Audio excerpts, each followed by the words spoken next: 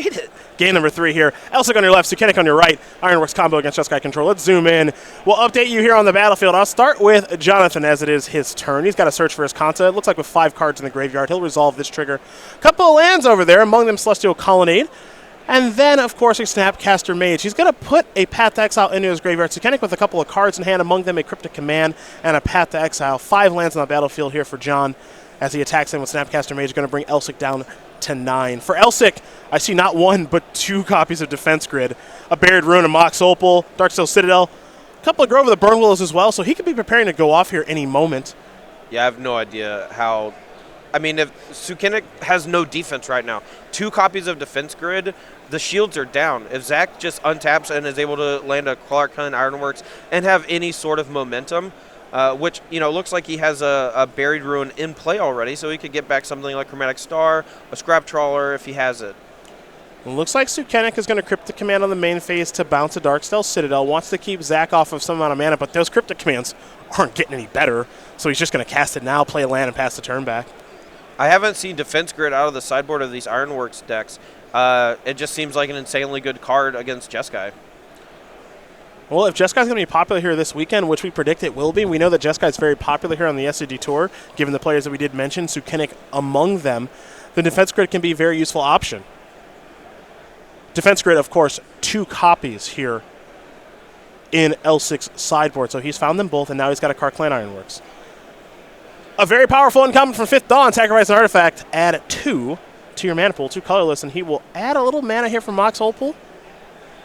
So Sukenik has a negate in hand. He has lethal on the battlefield with Snapcaster plus Celestial Colonnade. Zach has to go for it this turn, but he has to be very careful to try to leave at least 1 Defense Grid in play. Got it.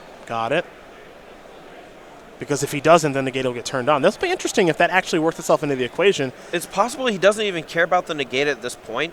His main combo cards being Mirror Retriever, Scrap Trawler, not affected by negate. Elsik going to be looking for some colorless mana here. You see the die that's been placed on top of Ironworks. There's your colorless counter for our viewers at home. He's going to play a Pyrite Spellbomb. That'll bring him down to 2 colorless mana. I will do my very best to keep up, of course, as there's a Darksteel Citadel, the land for the turn. And now this will be a Mox Opal.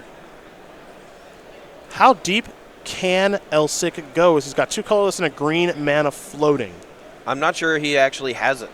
This deck plays out very quickly once it has the combo going. Here I think he's trying to think, should I go for it with drawing a card off Spellbond just to try to get lucky, or should I use it to kill a Snapcaster Mage, which prevents him from dying next turn to the Celestial Colonnade? You get him an extra turn, potentially find it then. That is a little bit risky. Yeah, he's still dead to land plus burn spell, since Celestial Colonnade doesn't tap for red mana, but it has Vigilance. If he's able to find an untapped land, he could cast something like Lightning Helix, for example. Elsik makes a creative play to conclude his turn, which he's going to Nature's Claim his Darksteel Citadel, which means he won't lose it. The land is indestructible, of course, but he will gain 4 life and bring himself up to 10. That's so smart. So he's got a little bit of breathing room here now, as Sukenik's going to find a Steam Vents with his fetch land. I probably would have targeted a Defense Grid. I would have forgotten that Darksteel Citadel is indestructible. Yeah. Elsik with these wacky decks, of course, Grand Prix champion in Oklahoma City with Lantern. And this wacky deck here in Ironworks combo very much in his play space as we'll head back over to Sukenik. He'll take a look at the top card with search for his Kanta. John, looking at that negate, as you did mention, Todd, also has a copy of Path to Exile in hand. Ideally, that would be able to take care of a Scrap Trawler. That seems very unlikely this particular game. Yeah, that 4 life going to be fairly important for Zach. It basically buys him 2 turns, especially if he wants to use the Spellbomb on the Snapcaster Mage. Sukenik is then forced to just attack with Colonnade 3 times. He has no defense through the defense grids. Wow. Sukenik not attacking the Colonnade here. I guess banking on the Sunken Ruin Escanta to find him a way out of this mess. Well, Sukenik has done something that will help us here in the booth, but also probably help you at home. Look at the way he's organized his lands. By playing the Hollow Fountain untapped, negate, plus 6 additional mana, means he can cast it through not 1, but 2 copies of Defense Grid. And if he doesn't attack with a Colonnade, that means that he can, of course, activate Escanta, which we're going to see him do right now, and actually still be able to cast negate. So he very astutely left that Hallowed Fountain on top of the deck with the search for Escanta to be able to cast negate. Now Sukenik might just be on the hunt for burn spells. He picked up a copy of the Lightning Bolt, or at least he's looking at one. So if he shows Zach the Lightning Bolt here off Escanta, Pyro Spellbomb going at Snapcaster Mage 100%. If he takes damage from the Snapcaster Mage, he's dead to double burn spell. If Sukenik fires up the Colonnade and attacks with that plus Snapcaster Mage, he's forced to kill the Snapcaster Mage because the damage from Bolt would threaten lethal. And there is the Pirate Spellbound to take care of the Snapcaster Mage. Elsik wants to keep his life total above 8. One card that, do my eyes deceive me, Todd? I know you got Sukenik's deck list in front of you. Is that a Flash Freeze in the sideboard? Yes. Okay. Wow, nice. Effectively just countering Ancient Stirrings. Okay. Most of the cards are colorless. There are a few sideboard cards like... There's Gear Power Aether Grid? Oh, that's gas. Jeez. Yeah. That card is very good in this matchup. There is Flash Freeze. Counter target red or green spell. Wow. If I'm Sukenik, I'm 100% attacking with Colonnade the previous turn. It's so hard for this Ironworks combo deck to combo off with one card in hand. You really need to get things going, but Ichor Wellspring is one of the cards that gets it going. That is one of the cards that can do it, and Elsik has found one. Logic Knot with Defense Grid. I think those players are having that conversation back and forth of, can I delve past Defense Grid, making it cost 3 or more? Well, it's going to cost you 6 to cast another spell, so who cares? Yeah, it's going to be an expensive one. I think he should use the Negate, though. There is a chance that Elsik actually just sacrifices some mana or some artifacts to pay for the Wellspring here. Sure. That's a very good point, too. So assuming Logic Knot costs 8 to cast here. Minimum. He has to delve at least 6 cards to make it X equals 0, effectively.